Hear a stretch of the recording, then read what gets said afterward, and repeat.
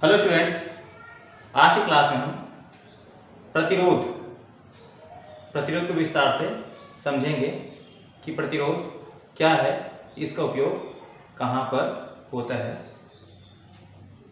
प्रतिरोध कोई चालक विद्युत धारा के मार्ग में जो अवरोध या रुकावट उत्पन्न करता है उसे उस चालक का प्रतिरोध कहते हैं। अगर दूसरे परिभाषा के रूप में लेंगे तो ओम के नियम से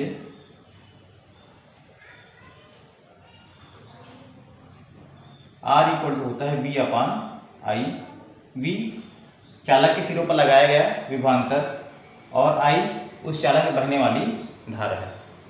इस प्रकार हम कह सकते हैं किसी चालक के सिरों पर लगाए गए विभवांतर और उस चालक में बहने वाली धारा के अनुपात को उस चालक का प्रतिरोध कहते हैं और प्रतिरोध को कैपिटल R से प्रदर्शित करते हैं।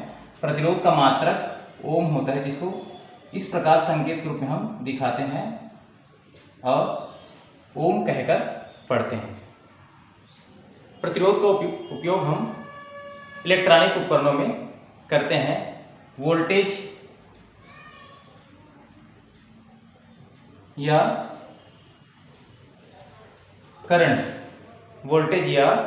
करंट को लिमिट करने के लिए इसका उपयोग करते हैं। अब यदि इस सूत्र की सहायता से V बराबर 1 वोल्ट और I बराबर 1 एम्पियर तो R बराबर होगा 1 ओम। अर्थात किसी चालक के सिरों पर 1 वोल्ट विभवांतर लगाने पर उसमें बहने वाली धारा का मान 1 एम्पियर होता है, तब उस चालक का प्रतिरोध 1 ओम होता है। प्रतिरोधों को श्रेणी क्रम में जोड़ने पर R बराबर R1 plus R2 plus R3 आता है और समांतर क्रम में जोड़ने पर 1/R1 plus 1/R2 plus 1/R3 आता है। इस प्रकार श्रेणी क्रम संयोजन में तुल्य प्रतिरोध का मान अधिकतम और समांतर क्रम में होता है न्यूनतम। इस प्रकार प्रतिरोध का मान अधिक होने पर धारा का मान कम होता है और अगर प्रतिरोध का मान कम है तो धारा का मान अधिक होता है। इस प्रकार हमारे घर में जो इलेक्ट्रॉनिक व्यवस्था होती है वो समांतर क्रम में होती है, क्योंकि प्रतिरोधों को समांतर क्रम में जोड़ने पर तुल्य प्रतिरोध का मान कम होता है और प्रतिरोध का मान कम होने पर धारा का मान अधिक होता है।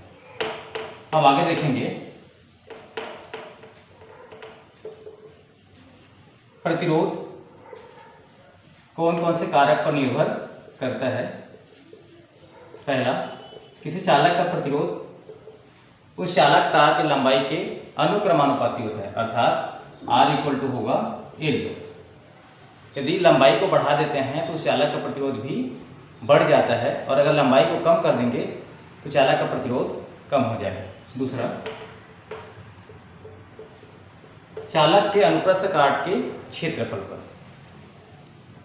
चालक के अनुप्रस्थ काट के क्षेत्रफल के विकर्णानुपाती होता है, अर्थात क्षेत्रफल का मान जितना अधिक होगा प्रतिरोध का मान उतना ही कम होगा और क्षेत्रफल का मान जब कम होता है तो प्रतिरोध का मान अधिक होता है। तीसरा, ताप पर, यदि किसी चालक के ताप को बढ़ा दिया जाता है तो उसके प्रतिरोध का मान भी बढ़ जाता है। इस प्रकार से प्रतिरोध इन कारकों पर निर्भर करता है। इसके बाद हम देखेंगे प्रतिरोधकता।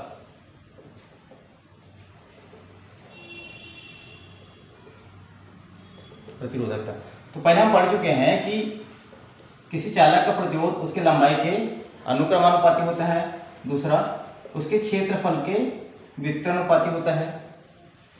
इस प्रकार जब दोनों को मिलाकर लिखेंगे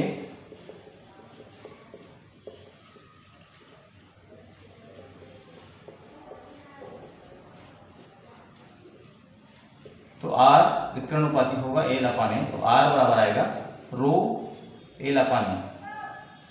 रो के बराबर होगा R इंटू ए अपान एल, जहाँ रो इसको बोलते हैं विशिष्ट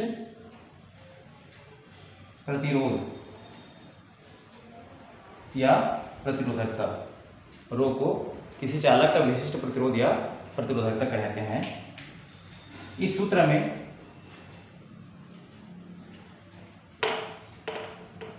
यदि L बराबर 1 रख देंगे और A के बराबर 1 रख देंगे तो R के बराबर आएगा रो। अतः हम कह सकते हैं कि एकांक लंबाई और एकांक क्षेत्रफल वाले चालक के प्रतिरोध को ही उस चालक का विशिष्ट प्रतिरोध या प्रतिरोधकता कहते हैं। So thanks students.